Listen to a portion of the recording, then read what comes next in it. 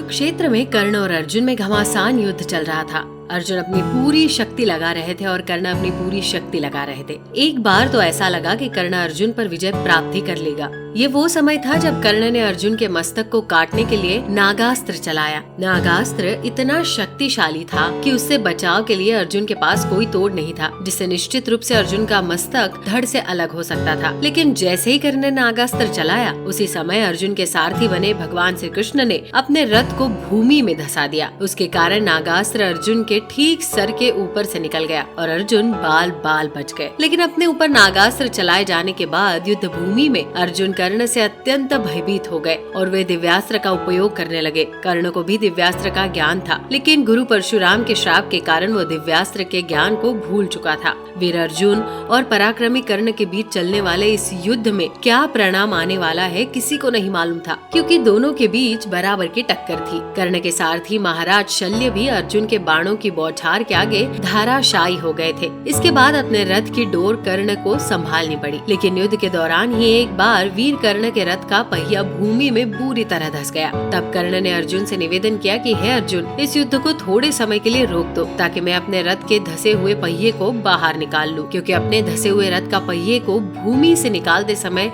मुझ निहत्थे पर शस्त्र उठाना धर्म और नीति के विरुद्ध होगा। कुछ इतिहासकारों का कहना है कि धनुर्धर अर्जुन के सारथी भगवान श्री कृष्ण ने अपने प्रभाव से कर्ण के रथ का पहिया जानबूझकर भूमि में धंसा दिया था। सच चाहे कुछ भी हो, लेकिन जब युद्ध भूमि में कर्ण के रथ का पहिया धंस गया और वो बार बार युद्ध के नियम और धर्म की बात करते हुए युद्ध को थोड़ी देर के लिए रोकने का निवेदन करने लगा, तो इस पर भगवान श्री कृष्ण कर्ण पर बहुत क्रोधित हो गए। भगवान श्री कृष्ण ने कर्ण से कहा कि उस समय तुम कौरवों की नीति और धर्म कहाँ चले गए थे जब तुम सब ने मिलकर एक अकेले अभिमन्यु का वध कर दिया था? उस समय तुम्हारा धर्म कहाँ था जब तुम लोगों ने भरी सभा में द्रौपदी को अपमानित किया था? इसलिए अब इस समय तुम्हारे मुँह से धर्म और नीति की बातें शोभा नहीं देती। इसके बाद भगवान श्री कृष्ण ने अर्जुन को आदेश दिया कि हे अर्जुन, अपना शस्त्र उठाओ और अपने शत्रु का वध कर दो। धनुर्धारी अर्जुन ने भगवान श्री कृष्ण का निर्देश मानकर वैसा ही किया जैसा उन्होंने कहा।